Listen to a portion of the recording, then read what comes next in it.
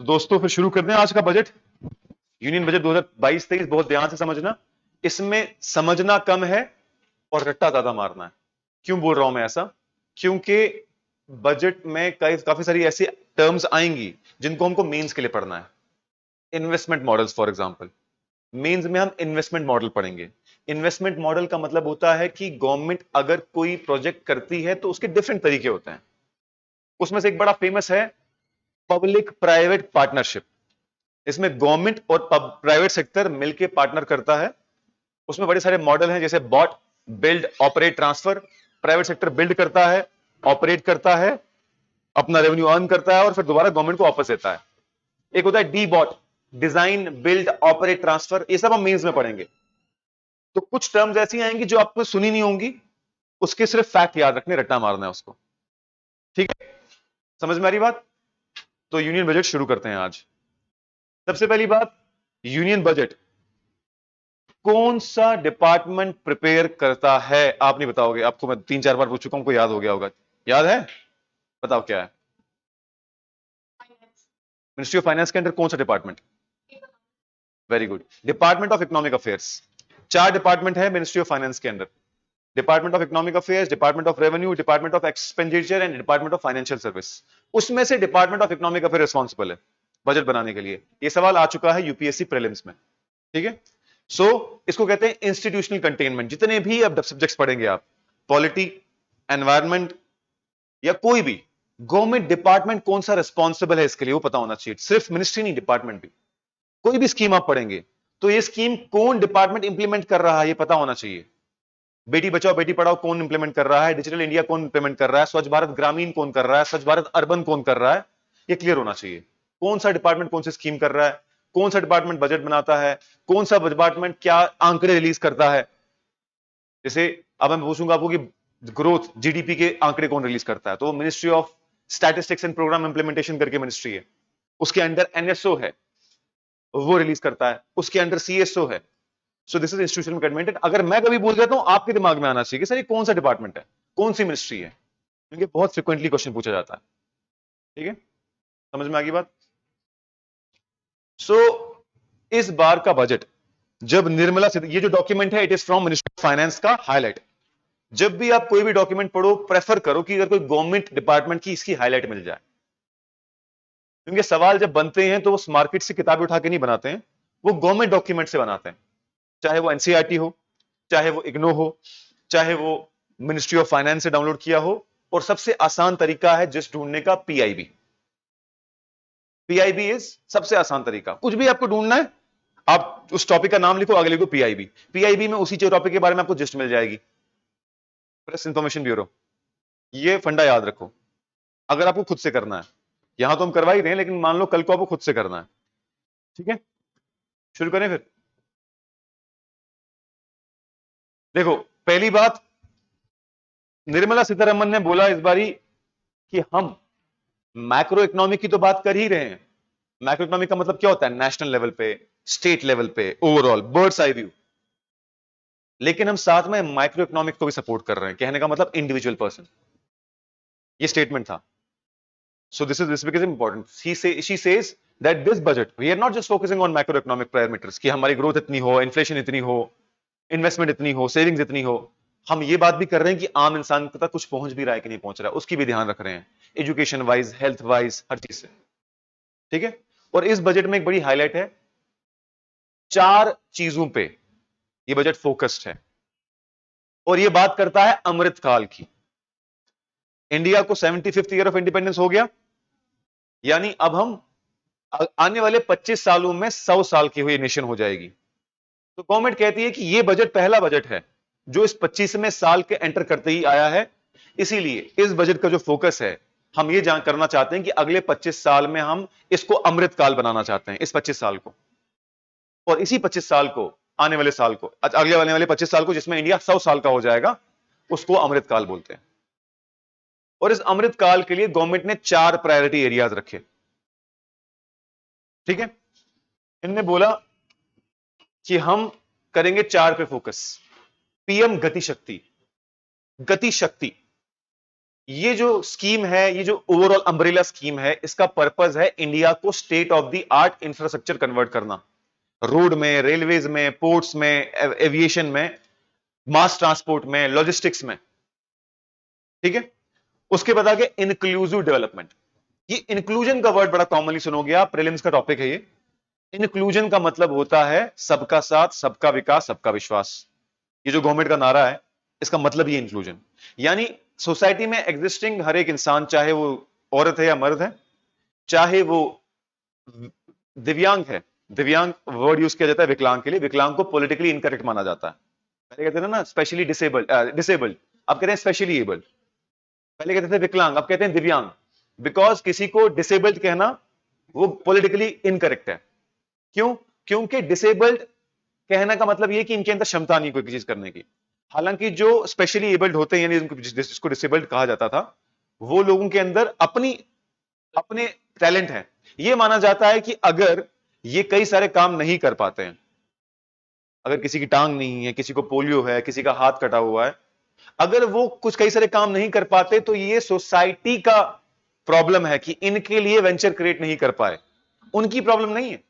अगर कोई specially abled इंसान अपनी व्हीलचेयर लेके अंदर नहीं आ सकता इस क्लास में, तो वो हमारी गलती है, उसकी गलती नहीं है। हमने सोसाइटी ही ऐसे नहीं बनाई कि हर किसी के लिए एक्सेसिबल बनाया जाए।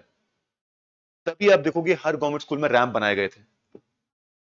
हॉस्पिटल में रैंप तो जरूरी था ही पहले से, क्योंकि वहां पर तो ट्रॉली ले जानी होती थी। लेकिन गवर्नमेंट स्कूल में, गवर्नमेंट बिल्डिंग्स में हर जगह रैंप बनवाए गए। बिल्कुल। क्यों? ताकि स्पेशली एबल्ड को एक्सेस मिल सके। समझ गए? सो इंक्लूजन का मतलब होता है जब डेवलपमेंट की बात हो, तो मर्द, औरत, SC, ST, vulnerable section, child, senior citizen, हर किस्म के इंसान तक उसका फायदा पहुंचे। ठीक है। अब इसके अंदर exactly, the problem only is that government can ensure that in all its buildings and in all its schemes, it will legally, it is legally bound to make policies that are inclusive.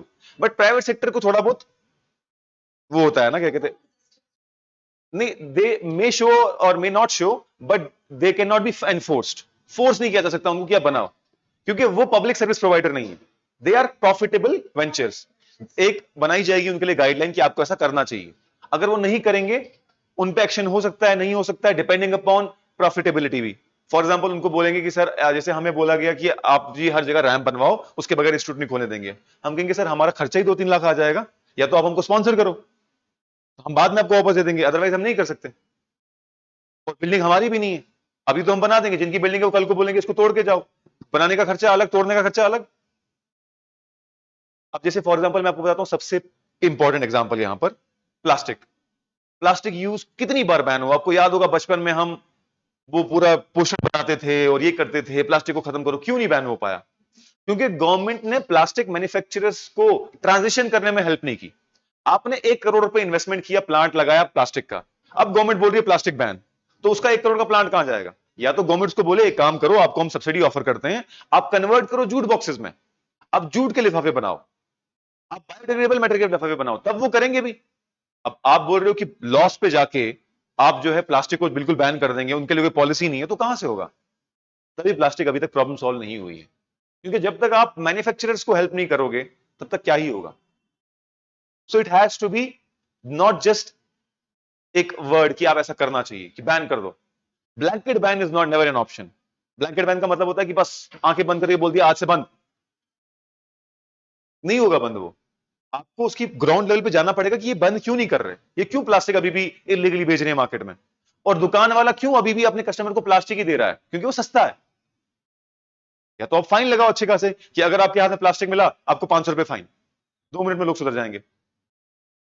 Carat और stick approach, या तो incentive दो कि अगर आप plastic छोड़ के ये इस्तेमाल करते हो तो आपको टैक्स रिबेट मिल जाएगी, या तो इंसेंटिव या तो फिर स्टिक कि नहीं मानोगे तो फाइन लगेगा। उसके बगैर काम नहीं चलता। अब देखो हेलमेट है, हेलमेट कितना एनफोर्स हो गया है, पहले नहीं पहनता था कोई, अब क्यों हुआ? क्योंकि फाइन है, स्ट्रिक्टली इंप्लीमेंटेबल हो रहा है। फाइन पहले भी था लेकिन अब स्ट्रिक्टली इंप्लीमेंट हो रहा है। तो आप आज हार्डली कोई बंदा देखोगे जिसने वो नहीं पहना होगा हेलमेट। और इंपॉर्टेंट भी है, इससे फायदा होता है गवर्नमेंट को, क्योंकि जितने एक्सीडेंट होते थे वो बर्डन क्रिएट करते थे गवर्नमेंट के हेल्थ इंफ्रास्ट्रक्चर पे। तो गवर्नमेंट वो पैसा भी बचा रही है और लोगों की जान भी बचा रही है। समझ में आया? सो इंक्लूसिव डेवलपमेंट का मतलब कि सबकी डेवलपमेंट एक साथ करो रिगार्डलेस ऑफ एनीथिंग। और यहीं पर इंक्लूजन आता है फाइनेंशियल इंक्लूजन। फाइनेंशियल इंक्लूजन का मतलब होता है when every household in a country has access to some kind of financial services, some kind of.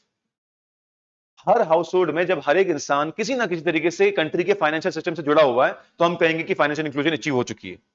उसी के लिए बनाया गया था प्रधानमंत्री जनधन योजना, ताकि हर इंसान के पास अपना बैंक अकाउंट हो। उससे क्या होता है, अगर आप बैंकिंग सिस्टम के साथ रिलेटेड हो तो आपको एक्सेस टू क्रेडिट यानी एक्सेस टू मनी आसान हो जाता है। अगर आप लोन लाने जाते हैं, आपका अकाउंट ही नहीं है, तो बैंक वाला देखेगा क्या, आपका कैसे देगा आपको लोन? या फिर अगर आपको बैंक में अकाउंट नहीं खोलना, आप पोस्ट ऑफिस में खोलो। आपको पोस्ट ऑफिस में नहीं खोलना तो आप नॉन बैंकिंग फाइनेंशियल कॉर्पोरेशन के साथ खोलो, एनबीएफसी। आप चिट फंड वगैरह जो होता है जिसमें हम कमेटी डालते हैं, किसी ना किसी तरीके से आप लीगली सिस्टम में रहो। इससे दो फायदे हैं, एक तो आपको एक्सेस टू क्रेडिट आसान हो जाएगा, दूसरा गवर्नमेंट के पास आंकड़े आ जाएंगे कितने लोग फाइनेंशियल सिस्टम से जुड़े हुए हैं, तीसरा बैंकिंग सिस्टम में पैसा ज्यादा आएगा। जब आप अपने 10 रुपए 20 रुपए भी डाल रहे हो बैंक में, आप यूपीआई से सारे पेमेंट कर रहे हो, तो पैसा बैंक में रह रहा है, तो सेविंग्स रेट बढ़ गया, जो पैसा कल को इन्वेस्टमेंट में काम आ सकता है। वो मैंने सर्कल दिखाया था, गवर्नमेंट बिजनेस ज्यादा बैंक में आएगा तो ज्यादा इन्वेस्टमेंट होगी, तो ज्यादा जॉब्स क्रिएट होंगी, तो ज्यादा बैंक में जाएगा। कल दिखाया था ना, दोबारा बनाऊं? अगला है प्रोडक्टिविटी एनहांसमेंट। प्रोडक्टिविटी एनहांसमेंट का मतलब है कि पर यूनिट टाइम और पर यूनिट एरिया, कौन है, आ जाओ आ जाओ, पर यूनिट टाइम और पर यूनिट एरिया आप प्रोड्यूस ज्यादा कर रहे हो। आपकी एक लैंड, पार्सल ऑफ लैंड है, इससे आप 1 क्विंटल जनरेट कर पा रहे हो, लेकिन अगर आप वर्टिकल फार्मिंग करते हो तो सेम एरिया में आप ज्यादा प्रोड्यूस कर पाओगे कम टाइम में। प्रोडक्टिविटी का मतलब ये होता है, प्रोडक्शन हो गया, क्वांटिटी कितनी है, प्रोडक्टिविटी हो गया पर यूनिट एरिया और पर यूनिट टाइम कितना जनरेट कर रहे हो आप। क्रॉप रोटेशन कर दो, वर्टिकल फार्मिंग कर दो, हाइड्रोपोनिक्स एक्वापोनिक्स लगा दो, ऑर्गेनिक फार्मिंग कर दो, मल्च फार्मिंग कर दो, any way by which you can increase the productivity. Investment, investment बढ़ाना इंपॉर्टेंट है, प्राइवेट सेक्टर की भी गवर्नमेंट की भी। इन्वेस्टमेंट बढ़ेगी, जॉब क्रिएट होंगी, इंफ्रास्ट्रक्चर क्रिएट होगा, टेक्नोलॉजी क्रिएट होगी, सनराइज अपॉर्चुनिटीज, जो नए एंड अपकमिंग टेक्नोलॉजीज हैं उनमें इन्वेस्ट करना बड़ा जरूरी है। अब देखो इलॉन मस्क का जब भी आप इंटरव्यू देखोगे तो कहता है कि 95 में मैंने इंटरनेट पे काम किया जब कोई नहीं कर रहा था, और उसका उसी की वजह से उसने पेपाल बनाया। पेपाल क्या था, पेमेंट सिस्टम था, और उस पेपाल को बेचने के बाद ही उसके पास पैसा है जो उसने बिजनेस शुरू किया अपने। सिमिलरली अमेजॉन, अमेजॉन का जो फाउंडर है जेफ बेजोस, वो कहता है कि मुझे पहली इन्वेस्टमेंट 40 लोगों से मीटिंग करने के बाद 20 लोगों ने दी थी, क्योंकि उनको समझ ही नहीं आता था कि इंटरनेट पे बुक बेचेगा कैसे तू, ये है क्या भला। और आज के जमाने में बताओ कौन सी टेक्नोलॉजी लेटेस्ट है जो आप सुनते हो, जो आप बड़ा सुनते हो latest technologies, crypto currency, artificial intelligence, blockchain technology, data analytics, big data analysis, data science, अच्छा, machine learning, metaverse, virtual reality, augmented reality, बिल्कुल सही। अब ये, इसमें अगर आप अभी इन्वेस्ट नहीं करोगे तो you will miss the bus, किसी और ने इन्वेंट कर दिया होगा, आप बैठे रहोगे। और इंडिया में आईटी सेक्टर इतना ज्यादा है कि हम कर सकते हैं, तो सनराइज अपॉर्चुनिटी भी फोकस रहेगा। एनर्जी ट्रांजिशन, एनर्जी ट्रांजिशन का मतलब कि दो चीजें हैं, एक तो हमारी हाई डिपेंडेंस है एनर्जी पे। आज की डेवलपमेंटल मॉडल्स की प्रॉब्लम क्या है, आपकी डेवलपमेंट डिपेंडेंट है एनर्जी पे, उसके बगैर हो ही नहीं सकती, और वो भी किस एनर्जी पे, फॉसिल फ्यूल। अगर आपके पास एनर्जी नहीं है तो लाइट नहीं चल रही, आपके पास एनर्जी नहीं है तो आपकी गाड़ियां नहीं चल रही, आपके पास एनर्जी नहीं तो प्लांट नहीं चल रहे। डेवलपमेंट मॉडल इज हाईली, और ये सवाल पूछा गया 2021 के प्रीलिम्स में केएएस में, कि the problem of developmental models is high dependence on this, high dependence on that, high dependence on energy, high dependence on this. Answer क्या था, हाई डिपेंडेंस ऑन एनर्जी। देखो मैं आपको एक बात बताऊं, मैंने पहले भी कहा है और अभी भी बताऊंगा, आप लाख 2 लाख 10 लाख रुपए देके बेस्ट टीचर से पढ़ो, कोई गारंटी नहीं आपका सिलेक्शन होगा। You have to think out of the box. ना मैं ये क्लेम कर रहा हूं कि मेरे पढ़ाए हुए से एक भी सवाल आएगा, और ना ही मैं ये कोई और क्लेम कर सकता है ऐसा, क्योंकि ये एग्जाम बने ही हैं कोचिंग इंडस्ट्री के द्वारा एडवांटेज दिए हुए को खत्म करने के लिए। यूपीएससी ने 17, 18, 19, 20, 21 के जो पेपर लिए वो प्योरली इसलिए थे कि जो भी मार्केट में अवेलेबल है उसको क्या करो, उसको खत्म करो, ताकि हम ऐसा सिस्टम बनाए कि किसी एक इंस्टीट्यूट को फायदा ना हो। क्योंकि 2016 में विजन आईएएस का जो पीटी 365 था और उनका मेंस था, प्योरली वहां से सारे सवाल आ गए। By default. अब जब वो हर चीज कवर कर रहे थे तो वहां से तो आना ही था। तो उस साल जितने लोगों ने भी विजन पढ़ा था वो सारे टप गए, निकल गए बड़े आराम से। वो प्रीलिम्स भी क्वालिफाई हुआ, मेंस भी क्वालिफाई हुआ, सिलेक्शन भी हो गई।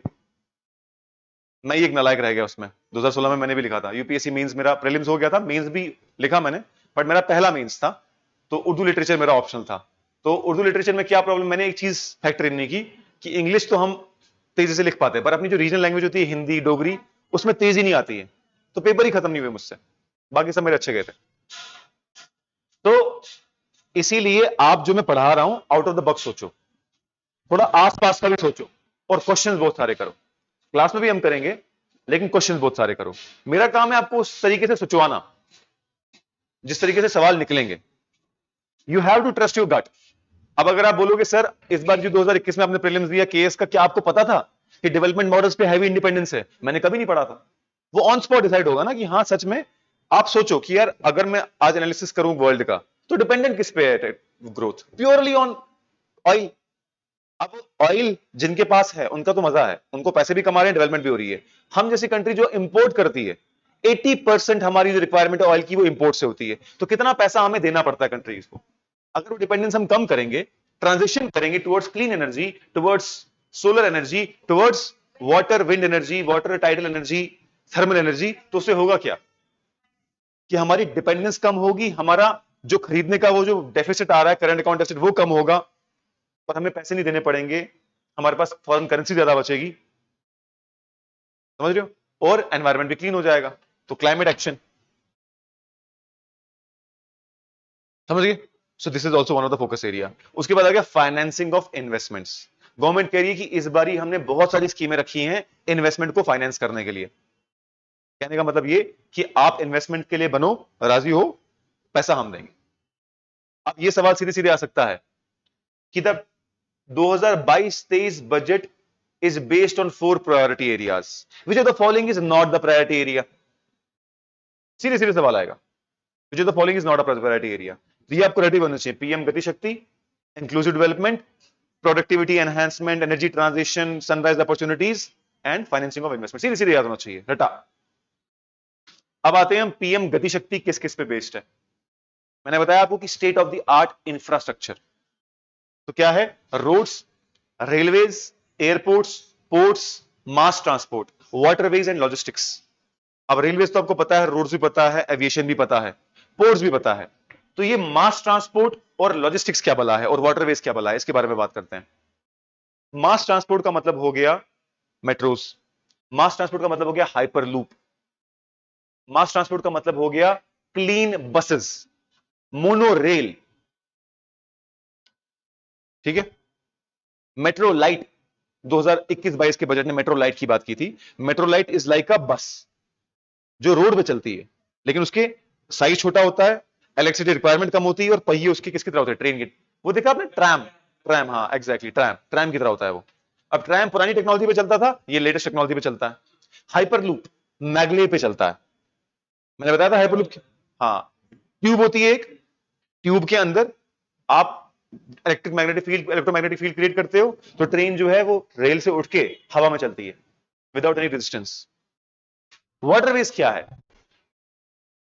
इंडिया में बहुत सारे नदियां हैं जिसमें आप किश्तियां चला सकते हो। वेनिस देखा है कभी? वेनिस ऑफ इटली, कितने वाटरवेज हैं, लोग घर उन तक किश्तियों से पहुंचते हैं।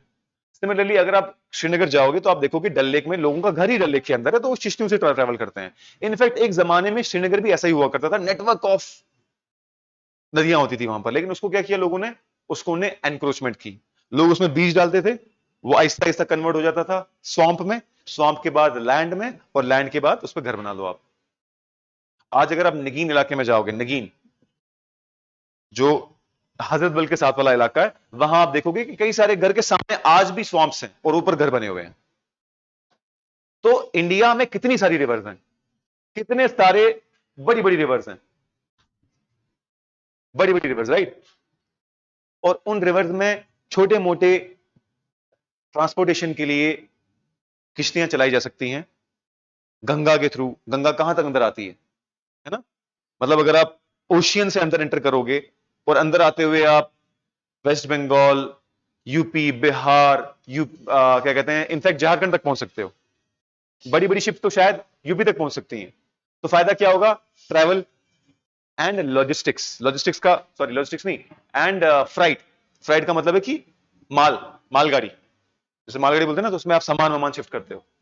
और अगर आप कंपेयर करोगे road, railways, aviation and waterways, सबसे सस्ता वाटरवेज एंड सबसे कम कार्बन फुटप्रिंट वाटरवेज का, यानी एनवायरमेंटली भी बहुत अच्छा है और सस्ता भी है।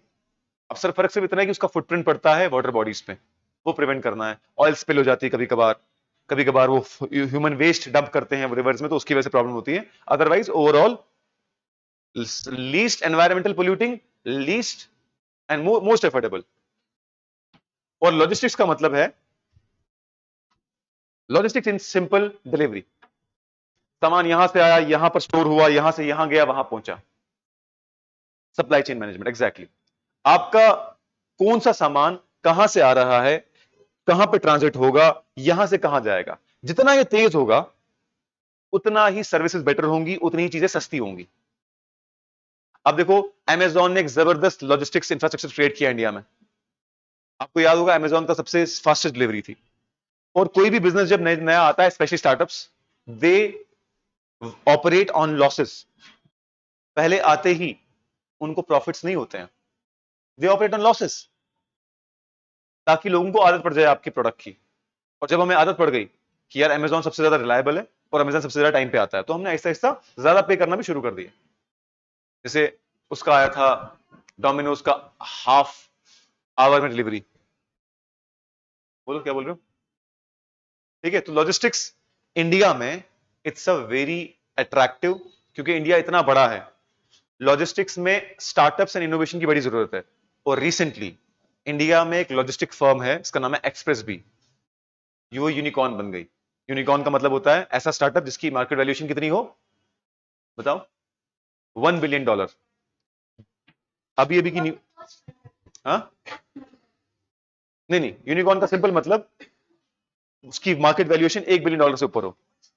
वो आपने शायद न्यूज पढ़ी होगी रिसेंटली कि इंडिया में अब 100 यूनिकॉर्न है, ये पढ़ी थी आपने? ओपन उसमें एक क्लास बना था, बता देता हूं उसके बारे में।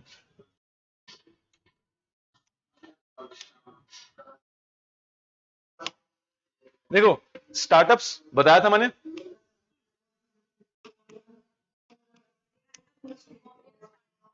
विच स्टार्टअप? ओयो, अच्छा you were working with OYO, great. As an HR, very nice यार। ऑन योर ओन, ओयो, इसी की बात करते हैं। स्टार्टअप्स ऐसे बिजनेसेस हैं जिनकी ग्रोथ बहुत तेज होती है and they solve a particular problem और they fill a particular void. OYO hotels का बड़ा मसला था। हाँ? नहीं नहीं, short, just not just for short stay, clean, accessible and better customer services. आप जाते थे पहले, स्पेशली कपल्स की बड़ी हरासमेंट होती थी, जो आपने पॉइंट आउट किया। शॉर्ट स्टे, लगता है पर्सनल एक्सपीरियंस से बोल रहे हैं आप। मजाक कर रहा हूं। नहीं नहीं, मिलता है, पर उसमें क्या था कि उसमें आपको हैरास भी किया जाता था। पहले भी था शॉर्ट स्टे, उसमें आपको हैरास किया जाता था। ओयो का बिजनेस मॉडल ये कि आपको जो भी करना है, ये आपका रूम स्पेस है, आप फैमिली हो, आप सिंगल हो, आप कपल हो, हमें कोई फर्क नहीं पड़ता। We will protect your privacy, we will offer you better services, and if anybody tries to harass you, we'll provide your support. And you have a range of rooms to select from. आपको 500 रुपए वाले में रुकना है, 1000 में रुकना है, आपका बजट क्या है? Yes, yes, they've started the homestay also, homestays also. I know.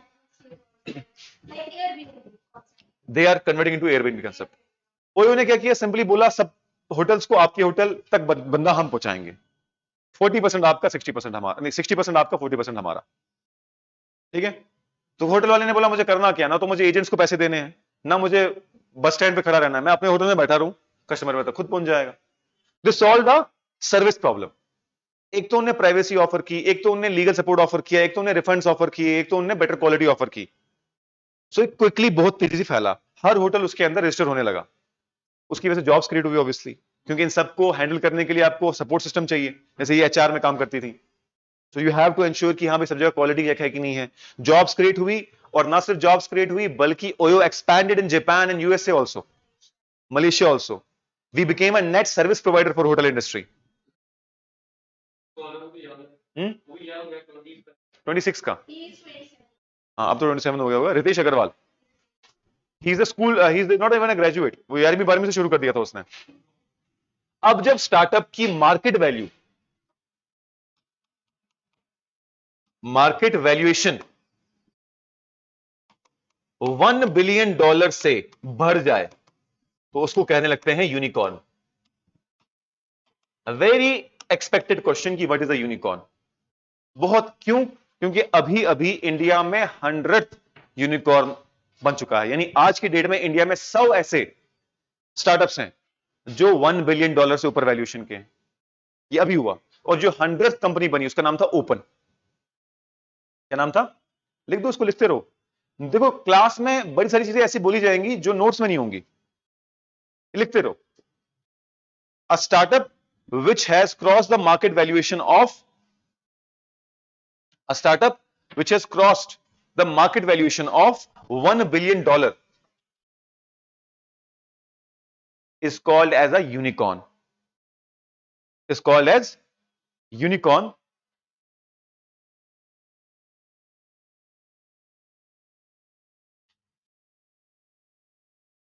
India, next point लिखो, India has the third largest startup ecosystem in the world।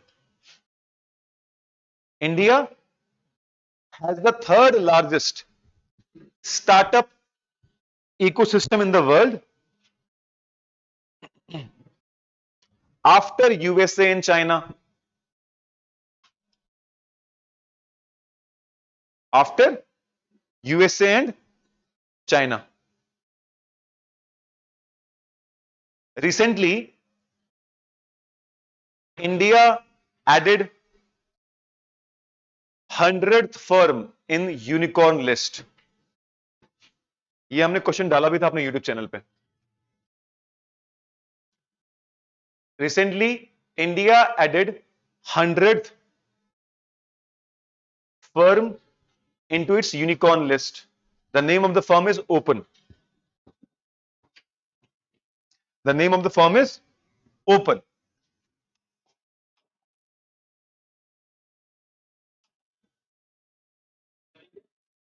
Open यार, ओपन, OPEN, ओपन। हाँ, बात चल रही थी यहां से लॉजिस्टिक इंफ्रास्ट्रक्चर से, अभी कोई 2 महीने पहले इंडिया की एक लॉजिस्टिकल फर्म जिसका नाम है express B became unicorn.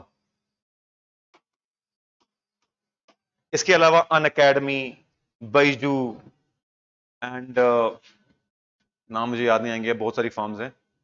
OYO भी यूनिकॉर्न है शायद। OYO has crossed the unicorn status और नॉट, मैंने सुना नहीं वैसे। एनीवे, सबका नाम याद रखना जरूरी नहीं है। Xpressbees, Open, Unacademy, Byju, all these firms were are unicorns. ठीक है ना? यूनिकॉर्न आपको पता है ना, वो जो घोड़ा जिसके सर पे सिंग होता है। So it's considered very special and very unique. So जब कोई क्रॉस कर लेता है $1 बिलियन, उसको यूनिकॉर्न करने लगते हैं। ठीक है? इंडिया किस नंबर पे आता है टॉकिंग अबाउट स्टार्टअप इकोसिस्टम? 3। पहले पे यूएस, सेकंड पे चाइना, थर्ड पे इंडिया। इंडिया में 100 यूनिकॉर्न फर्म्स बन चुकी हैं और 100 का नाम क्या है? ओपन। ठीक है? इंफ्रास्ट्रक्चर में बात करें तो एक ही फर्म है जो यूनिकॉर्न है, इसका नाम है एक्सप्रेस बी। लॉजिस्टिक्स का पोटेंशियल है लैक्स ऑफ जॉब्स क्रिएट करना, और लॉजिस्टिक्स बेटर हो जाएं तो प्रॉफिट्स बढ़ते हैं और डिलीवरी की कॉस्ट कम हो जाती है। अगर लॉजिस्टिक्स फास्ट हो, मान लो यहां से श्रीनगर चीजें पहुंचानी है, अभी अभी भी प्रॉब्लम है, रोड इतना साफ नहीं है, गर्मी सर्दियों में रुक जाता है, तो सप्लाई चेन डिसरप्ट हो जाती है। इन्फ्लेशन में हमने एग्जांपल ली थी, स्ट्रक्चरल इन्फ्लेशन। जब भी रास्ता रुक जाएगा, रास्ता बंद होगा, कुछ चीज बैन हो जाएगी, कोई भी रीजन की वजह से इंफ्रास्ट्रक्चर एक्सेस नहीं मिलेगा और सप्लाई चेन रुक गई, उसकी वजह से जो अगली मार्केट में इन्फ्लेशन होगी उसको हम स्ट्रक्चरल इन्फ्लेशन कहेंगे। अगर लॉजिस्टिक्स सीमलेस हो और 24/7 हो और ऑल ईयर राउंड हो तो चीजों के दाम सस्ते हो जाएंगे। क्यों? इन्फ्लेशन ही नहीं होगी, स्ट्रक्चरल इन्फ्लेशन नहीं होगी। सही बात है। तो इसको लॉजिस्टिक्स अच्छा होगा तो लॉजिस्टिक्स सेक्टर में हायर ज्यादा लोग करेंगे, क्योंकि लॉजिस्टिक्स क्या हो जाएगा, प्रॉफिटेबल बन जाएगा। क्यों? अगर आप लॉजिस्टिक फर्म के मालिक हो और आप मुझे, देखो जो सर्विसेज ऑफर होती है वो दो किस्म की होती हैं, बी टू बी यानी business to business, and B to C यानी business to customer. B to B service जैसे फ्लिपकार्ट सर्विसेज लेता है डिलीवरी मैन्युफैक्चरर्स की, आप डिलीवर करो हमारा प्रोडक्ट। अमेजॉन का अपना है, अमेजॉन का अपना है, अमेजॉन का अपना क्लाउड सर्विसेज भी है, अमेजॉन का अपना म्यूजिक स्ट्रीमिंग सर्विसेज भी है, अमेजॉन का अपना वीडियो स्ट्रीमिंग सर्विसेज भी है, और अमेजॉन का अपना लॉजिस्टिक्स भी है। तो when you are offering a better logistic service to me, government में even also give you the contracts कि आप ही डिलीवर करो। फॉर एग्जांपल वैक्सीन डिलीवरी में यूएस में बात चल रही थी कि अमेजॉन को दो, ये बहुत तेजी से डिलीवर करेंगे। फिर बाद में वो थोड़ा वहां पर वो हो गया कि ये प्राइवेट सेक्टर है जी, ये उतने ध्यान से नहीं देंगे, ये नहीं वो नहीं, वो खत्म हो गया। But private sector can bring in a lot of innovation. अब जैसे डिलीवरी, स्विगी जो है, Swiggy food delivery startup, they are going to deliver via drones in Delhi and NCR, आज की न्यूज है। अब उन्होंने इतना इन्वेस्टमेंट किया ड्रोन्स में, क्यों? अपनी प्रॉफिट के लिए। लेकिन कल को कोरोना जैसी सिचुएशन में government can use their services कि आप वैक्सीन डिलीवर करो अनरीचेबल एरियाज में, आप सैनिटाइज करो हवा में, आप फर्टिलाइजर डालो लो किसानों की फील्ड में, आप मार्केट सर्वे करो ऊपर से, समझ गए? सो मल्टीप्लायर इफेक्ट होता है, एक टेक्नोलॉजी बड़ी सारी चीजों को केटर कर सकती है। तो ये याद होना चाहिए कि 7 इंजन क्या है पीएम शक्ति, गति शक्ति के, road, railways, mass transport, air aviation, ports, logistics and waterways. ये साथ के साथ याद होना चाहिए, रटा हुआ।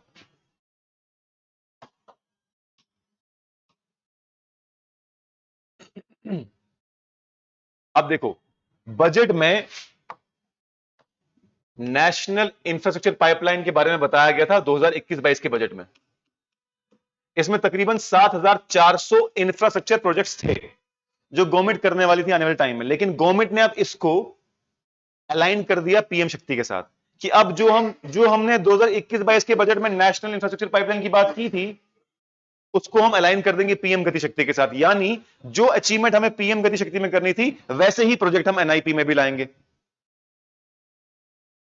ठीक है? सवाल आ सकता है, which of the following scheme has been aligned with PM Gati Shakti? आसान सवाल आ सकता है बिल्कुल। अब देखते हैं इंडिविजुअल में क्या क्या होने वाला है। पीएम गति शक्ति में रोड के लिए क्या होगा?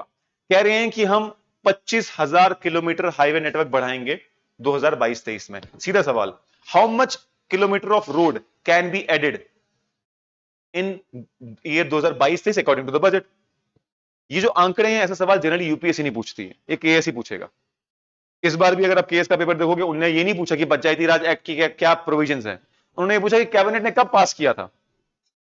कोई मतलब नहीं है ऐसे डेट याद रखने का, क्योंकि आपको एज अ सिविल सर्वेंट पता होना चाहिए कि उसके अंदर है क्या। डेट्स याद रखने का क्या मतलब है? लेकिन वो पूछते हैं, अब क्या करें, हमें याद रखना पड़ेगा। आंकड़ों पे ध्यान रखना। 22-23 में कितना kilometre roadways? 23,000 kilometre, 25,000 kilometre. Multi modal logistic projects, logistic projects को बनाया जाएगा पीपीपी मोड में, यानी प्राइवेट सेक्टर को इन्वॉल्व किया जाएगा, और 8 मल्टी मॉडल प्रोजेक्ट्स, हाँ 8 है ये, 8 मल्टी मॉडल प्रोजेक्ट्स 4 लोकेशन में बनाए जाएंगे। कितने कितने प्रोजेक्ट्स? 8, 4 लोकेशंस पे। उसके साथ साथ में अब आगे रेलवेज पे। रेलवेज में यूनिक कंसेप्ट ला रहे हैं, कह रहे हैं कि रेलवेज का 2000 किलोमीटर का नेटवर्क कवच के अंदर लाएंगे। कवच एक इंडिजीनियस टेक्नोलॉजी है जिसके थ्रू एक्सीडेंट प्रिवेंशन को बचाया जाता है। तो आहिस्ता आहिस्ता पूरे नेशन में एक्सपैंड करना है। लेकिन इस साल 22-23 के बजट में जितना पैसा दिया गया, उसमें 2000 किलोमीटर को कवच के अंदर लाया जाएगा। कवच क्या है? Kavach is a indigenous technology to prevent any kind of accidents in where railways, and जो क्रॉसिंग होती है ना, उसमें अक्सर एक्सीडेंट होते हैं, उसको प्रिवेंट करने के लिए। साथ ही साथ हमने बोला कि हम वोकल फॉर लोकल भी करेंगे, यानी हम हर एक रेलवे स्टेशन पे उस डिस्ट्रिक्ट का स्पेसिफिक प्रोडक्ट को प्रमोट करेंगे ताकि लोकल इकोनॉमी भी जनरेट करें। ठीक है? One station one product, one station one product. ये स्टेशन कौन सा है? रेलवे स्टेशन है। सवाल आ सकता है, one station one project is about promoting indigenous products at bus stations, promoting advertisement in metro stations, promoting the district product in that particular railway station. तो ये सवाल क्लियर होना चाहिए, सिंपल सवाल है। अच्छा, Vande Bharat train 400 new generation train will be manufactured अगले 3 साल में, उसके लिए पैसा इस साल में दिया गया। ये ध्यान में रखने वाला है कि 400 इसी साल में नहीं होंगी, अगले 3 साल में होंगी वंदे भारत। 100 पीएम गति शक्ति कार्गो टर्मिनल्स। अब आपको मैं यहां पर यह बताऊं कि जो रेलवेज है उसका जो फ्राइट है, दो सर्विसेज ऑफर करती है ना रेलवेज, एक तो है पैसेंजर, एक है फ्राइट मालगाड़ी। रेलवे का फ्राइट ज्यादा प्रॉफिटेबल है, रेलवे में फ्राइट ज्यादा प्रॉफिटेबल है।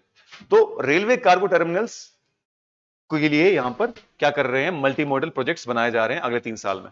यानी जिस जगह पर आपका एक हब होगा वहां पर डिलीवरी, वहां पर ट्रांजिशन, गाड़ी में लोड करना, उसका इंफ्रास्ट्रक्चर क्रिएट किया जाएगा ताकि कोल्ड चेन क्रिएट कर दी जाएंगी, बेटर सर्विसेज ऑफर की जाएंगी, रियल टाइम मॉनिटरिंग होगी। आपको पता चलेगा हाँ मेरे रेलवे में अच्छा मेरा प्रोडक्ट, अभी जैसे अभी आप देखो, अगर आप अपने अमेजॉन पे करते हो कि left Delhi reach Jammu, left for delivery, आपको रियल टाइम अपडेट देते हैं। वो गवर्नमेंट सर्विसेज में ऐसा नहीं होता है, तो वो उसको उसमें टेक्नोलॉजी को इंप्लीमेंट करके आपको रियल टाइम में अपडेट करेंगे। ठीक है, नेक्स्ट पर्वतमाला। पर्वतमाला रोपवे प्रोजेक्ट है, यहां पर भी बना है बहु प्लाजा में। कह रहे हैं कि हम रोपवे प्रोजेक्ट को पीपीपी मोड में करेंगे और 8 रोपवेज बनाएंगे 60 किलोमीटर के इस साल में। इस साल में 8 रोपवेज के कंट्रैक्ट अलॉट किए जाएंगे। अब रोपवेज से फायदा क्या है, एक तो जो अनरीच्ड इलाके होते हैं वहां पर रीचेबल बन जाते हैं, वहां पर टूरिज्म बढ़ता है और वहां पर एक अट्रैक्शन बन जाती है। ठीक है, अब देखो जम्मू में लिटरली अब कोई आता ही नहीं। पहले लोग वैष्णो देवी की वजह से आते थे, यहां स्टे करते थे, फिर कटरा जाते थे। अब लोग रात की ट्रेन में बैठते हैं, सुबह कटरा पहुंचते हैं, ट्रेवल करते हैं, अगले दिन वापस में आ जाते हैं। या फिर लोग रघुनाथ बाजार वगैरह में जाते थे, सिटी ऑफ टेंपल्स। अब यहां पर कोई लिटरली कोई टूरिज्म रहा ही नहीं। और जम्मू प्रोविंस के अंदर जो टूरिज्म इलाके हैं वहां पर भी कोई नहीं जा रहा, किश्तवाड़, पत्नी टॉप, भद्रवा, है ना। सो इन चीजों को प्रमोट करने के लिए ऐसी जगहों पे ऐसी चीजें बनाई जा रही हैं कि वहां local tourism at least job creation वगैरह हो। अब आते हैं हम सेकंड थीम पे। पहला थीम खत्म, पीएम गति शक्ति। सेकंड थीम आया इनक्लूसिव डेवलपमेंट। अब इंक्लूसिव डेवलपमेंट में देखो हर किसी सेक्टर के लिए कुछ ना कुछ होगा। सबसे पहले एग्रीकल्चर, कह रहे हैं कि 2.37 लाख करोड़ की डायरेक्ट पेमेंट की जा रही है फार्मर्स को। अब इसके अंदर क्या क्या है, बड़ी सारी स्कीम्स है जो आपको अलग से पढ़नी है। एक तो है पीएम किसान, प्रधानमंत्री किसान सम्मान निधि, एक है एमएसपी मिनिमम सपोर्ट प्राइस, एक है कृषि सिंचाई योजना, एक है कुछ बीमा योजना, फसल बीमा योजना। ठीक है, सो उसके थ्रू बड़ी सारी स्कीम्स के थ्रू फार्मर्स को पेमेंट पहुंचाई जा रही है ताकि अगर उनका लॉस हो, उनका मौसम की वजह से, लो रेनफॉल वजह की वजह से, हाई रेनफॉल वजह से लॉस हो, उसके थ्रू उनको पेमेंट पहुंचाई जा रही है। और मैक्सिमम पेमेंट्स में होती है एमएसपी की, कि अपना प्रोडक्ट हमारे पास लेके आओ, हम आपको पे करेंगे। और पिछले वाली बजट में उन्होंने बताया था कि एमएसपी पेमेंट 1.5 टाइम्स पे की जा रही है, यानी जितना देना है उससे 1.5 टाइम्स ज्यादा दिया जा रहा है। फिर आ गया chemical free natural farming to be promoted. अब यहां मुझे बताओ, क्या आपने सुना है कि इंडिया की पहली फुल, हाँ वेरी गुड, आपने सवाल भी कंप्लीट नहीं करने दिया। First fully organic state is Sikkim. हाँ, अच्छा जी, बोला कि हम केमिकल फ्री फार्मिंग प्रमोट करेंगे, लेकिन पहला फोकस होगा हमारा गंगा के इर्द गिर्द 5 किलोमीटर के इलाके, क्योंकि वो बड़े फर्टाइल होते हैं। उसके बाद आ गया नबार्ड। नबार्ड जो है इन particular agriculture and rural development के लिए वो उसको फंड करेगा। और एक बड़ी यूनिक चीज, किसान ड्रोन्स। किसान ड्रोन्स का मतलब है कि ड्रोन्स को किसान की डिफरेंट सर्विसेज के लिए इस्तेमाल करना। नंबर 1 फर्टिलाइजर फेंकने के लिए, नंबर 2 सर्वे के लिए कि मेरा कहां से कहां तक है, नंबर 3 एंटाइटलमेंट ऑफर करने के लिए, डिजिटाइजेशन ऑफ लैंड रिकॉर्ड्स। तो किसान में ड्रोन्स का बड़ा इस्तेमाल हो सकता है, पेस्टिसाइड थ्रो करने के लिए, अच्छा जो आपके ये हैं वर्मिन्स को एक्सटेंडमेंट करने के लिए, जानवरों को प्रिवेंट करने के लिए। ठीक है ना, देखो digitisation of land record, spraying of insecticide वगैरह। केंद्र बेटवा प्रोजेक्ट। अब देखो इंडिया में बहुत पहले से रिवर इंटरलिंकिंग सर्विसेज की बात की जा रही है। रिवर इंटरलिंकिंग, अगर आप नॉर्थ की इलाकों को देखोगे, नॉर्थ जो आपकी पेरेनियल रिवर्स हैं, जब आप पढ़ेंगे इंडियन रिवर्स के बारे में तो आपको पता चलेगा पेरेनियल नॉन पेरेनियल में फर्क क्या है। Perennial are throughout year and non perennial are seasonal. Seasonal वो बारिश पे डिपेंड करते हैं, और नॉर्थ में बारिश भी है, ग्लेशियर भी है। ग्लेशियर भी पिघल रहा है तो पानी आ रहा है, बारिश से भी आ रहा है। लेकिन कुछ ऐसी भी नॉन पेरेनियल रिवर हैं जो फिर भी पूरे साल चलती हैं। जब आप पढ़ोगे नॉर्थ ईस्ट मानसून और साउथ वेस्ट मानसून के बारे में तो वहां पर आपको पता चलेगा कि तमिलनाडु में एक तो साउथ वेस्ट मानसून से भी ज्यादा जाती है और नॉर्थ ईस्ट से भी आती है। केन और बेटवा दो रिवर्स है जो एक जगह पर फ्लडिंग हो रही है पानी की, वहां से ओवर फ्लडेड पानी को लाके वो ड्रॉट वाले इलाके तक पहुंचाएंगे, ताकि जहां फ्लडिंग की प्रॉब्लम सॉल्व हो जाए और यहां पर क्या सॉल्व हो जाए, यहां पर आपका ड्रॉट की प्रॉब्लम सॉल्व हो जाए। तो वाटर एक्सेस इलाके से वाटर डेफिसिट इलाके में पानी लाना, तो वाटर को रिवर्स को इंटरलिंक कर दो। ठीक है, जैसे स्विस कैनाल को लिंक किया था, लेकिन उसका पर्पस तो वो नहीं था, पर्पस था कैनाल बनाना, लेकिन उसी तरीके से एक वाटर बॉडी को दूसरी वाटर बॉडी से कनेक्ट करना, उसके लिए 14,000 करोड़ का आउटले लिया गया है। ठीक है, और इसकी वजह से 9 लाख हेक्टेयर इलाका अंडर इरिगेशन आ जाएगा, जो पहले ड्रॉट में चलता था। एमएसएमई मैंने आपको पहले बताया, माइक्रो स्मॉल मीडियम इंडस्ट्री, ये प्रायोरिटी सेक्टर लेंडिंग में भी है। प्रायोरिटी सेक्टर लेंडिंग नॉर्म में पढ़ा हमने इसको। एमएसएमई का बड़ा ह्यूज रोल है, ये ऑफर करते हैं services to the mainstream businesses. Number 2, they have huge employment generation potential. Number 3, they have huge contribution to GDP. तो एमएसएमई हमेशा फोकस रहता है गवर्नमेंट का, छोटी छोटी एंटरप्राइजेस। इस बारी बड़े सारे एमएसएमईज के लिए जो पोर्टल एग्जिस्ट कर रहे थे उनको सबको मर्ज किया जा रहा है। उद्यम, ई श्रम, एनसीएस एंड एसीम, ये सारे पोर्टल एमएसएमईज या एम्प्लॉयमेंट जनरेशन के लिए थे। इन सबको इंटरलिंक किया जा रहा है आपस में, ताकि एमएसएमई में काम करने वाले लोग जो अनऑर्गेनाइज सेक्टर में कर रहे हैं, अनऑर्गेनाइज सेक्टर मैंने डिस्कस किया था। देखो दो किस्म के वर्कर्स होते हैं, ऑर्गेनाइज्ड एंड अनऑर्गेनाइज्ड। ऑर्गेनाइज्ड का मतलब जो रजिस्टर्ड कंपनियों में है, जिनका डेटा गवर्नमेंट में अपडेट हो रहा है, जिनको प्रॉपर बेनिफिट्स मिल रहे हैं, प्रॉपर सैलरी मिल रही है। एक होता है अनऑर्गेनाइज्ड, जो सीजनल होता है, आज आपको किया कल आपको फायर कर दिया, ना आपको एम्प्लॉयमेंट बेनिफिट्स है, ना आपको इंश्योरेंस है, ना आपकी पेंशन है, ना कुछ है। ठीक है, सो ये पोर्टल्स उनके लिए थे, अनऑर्गेनाइज सेक्टर के लिए। इन सबको आपस में इंटरलिंक करके सर्विस को बढ़ाया जा रहा है। ई श्रम पोर्टल, इसका मकसद था जिन लोगों के पास जॉब नहीं थी वो उसको रजिस्टर करें, वो अपनी स्किल लिखें, अपनी क्वालिफिकेशन लिखें, या फिर बताएं कि क्या काम करोगे, मजदूरी करोगे या पढ़ाओगे, क्या करोगे, तो गवर्नमेंट उनको उनके साथ लिंक कर दे जो वो सर्विसेज चाहते हैं।